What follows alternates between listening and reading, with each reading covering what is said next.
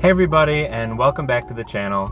I apologize for the bad lighting. I didn't plan on recording tonight, but I wanted to make a quick video because I just did my very first grocery shop and delivery on DoorDash. So the only shop and delivery I've done on DoorDash before was at Walgreens and was only for a foot fungal cream, and the base pay was $4.50, and I think the customer tipped like $3 or something. So when I saw a shop and delivery order come through on DoorDash for $11.50 at my personal grocery store, so this is the store I shop at. I've shopped at it on Instacart for a year, so I know this store very, very well.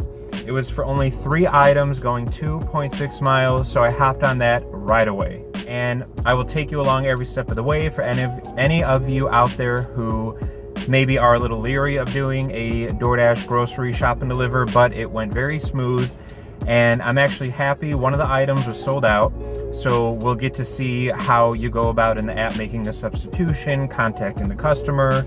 It felt like I was doing an Instacart order, to be honest. So once you accept the order, you will see that DoorDash screams at you a little bit and says, "This is a shop and deliver order. You will need to shop for this order." In all caps, just in case, you didn't catch that. The process is: 1, find all items. 2, pick only the exact items in quotations. If an item is unavailable, tap item unavailable, again, quotations. To start substitution to pick replacements. Step 4, contact customers to get approvals for substitutions. Once done, pay with red cards and deliver! Exclamation point. So I saw that the customer only wants 3 items, and it only totaled $11.66 on their end. And then it does show you right off the bat what they wanted. So they wanted 2 of the naked juices and 1 pack of blueberries. Super easy. So once you hit slide after arrival, you get this cute little grocery basket graphic, and again, it tells you to shop for the items on the list, contact customer if needed, pay with your red card, select credit, and deliver the order. So, okay, got it. I hit start shopping, and then a screen comes up that shows you pictures of the items and the descriptions of the items. So here, you can see that it is grouped by category. So in this case, I had 1 item in the produce section, blueberries, 18 ounces, 1 quantity. And then in drinks, it had the Naked Juice Mighty Mango and Naked Juice Pina Colada, 1 of each. So super easy, had the photos. When you click on the photos, it does enlarge for you so you can see any details. Once you want to let the app know that you chose the item, you hit either item unavailable, add a different quantity, or add the item. So blueberries are the first thing right when you walk in the door, super easy. And of course, I walk over to the naked drinks, and if you can see here, I think the screenshots are on this side, the 1 flavor that was out was one of the ones that this customer wanted, of course. My luck reminded me of a video I made quite a few months ago talking about Murphy's Law on Instacart and Shipped, and having the small batch curse, where a batch that looked, or I guess this isn't a batch, where an order that looks so easy and simple, there always ends up being a problem. But anyway, so I took a picture. Again, this is just like Instacart. I took a photo of the shelves, asked the customer if they wanted any replacements that they saw in the photo. And then of course, the customer didn't reply. I only gave them about 3 minutes, but standing in front of an item for 3 minutes can seem like an eternity, and they weren't answering. So I called them, he answered right away, and he said he'll go with 2 of the mango and forget the pina colada since they were sold out of it. At the top, it says 1 item has a pending customer substitution. If you finish shopping before they respond, proceed to checkout. Which I thought was interesting. I guess the item would just fall off. But you can see here that there's a check mark on the produce, a check mark on the mango, and then above the pina colada, it said pending substitution.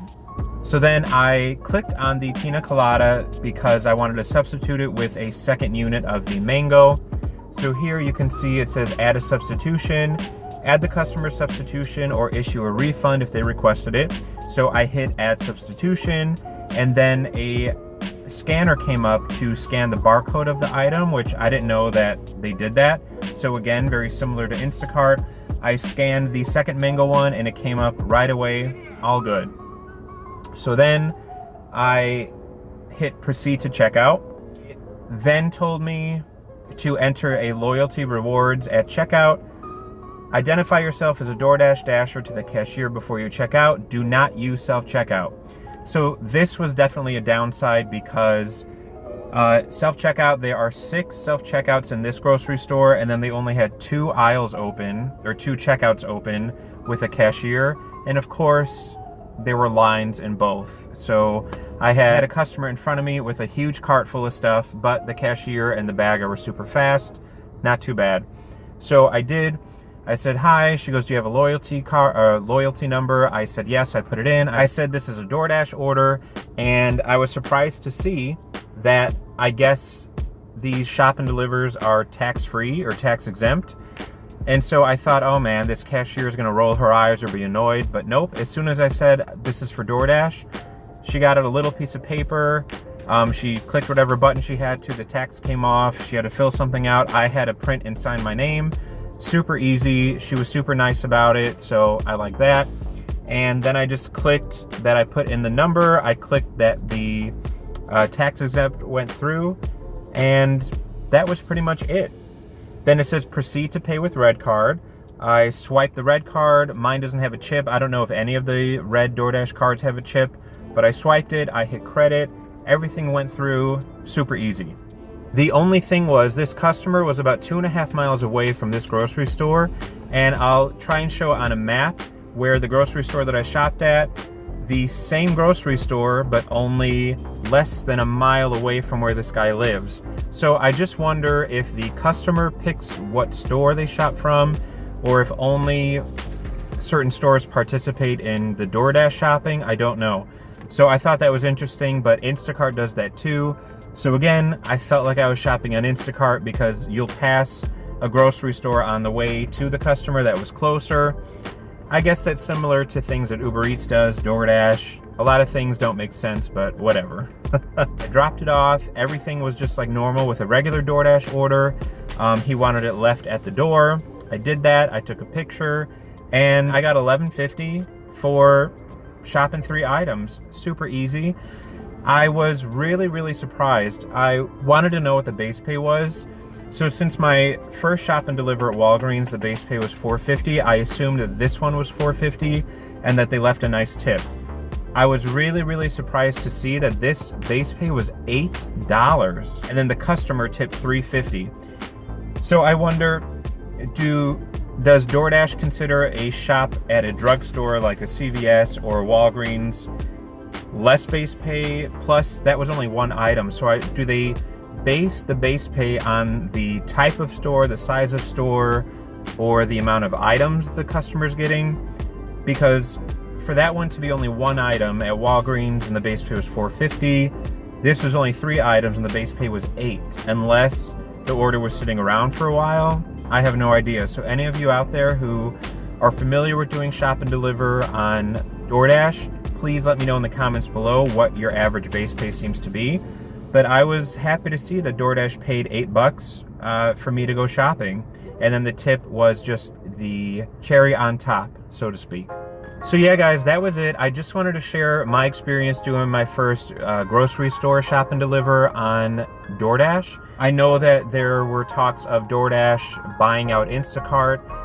As far as I know, there's no news to report on because it looks like those talks fell apart.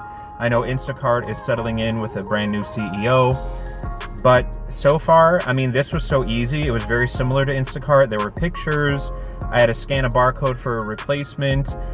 It seemed super easy to Instacart, except Instacart is a white and green app, and this DoorDash was black and red. I couldn't really tell the difference. I liked it.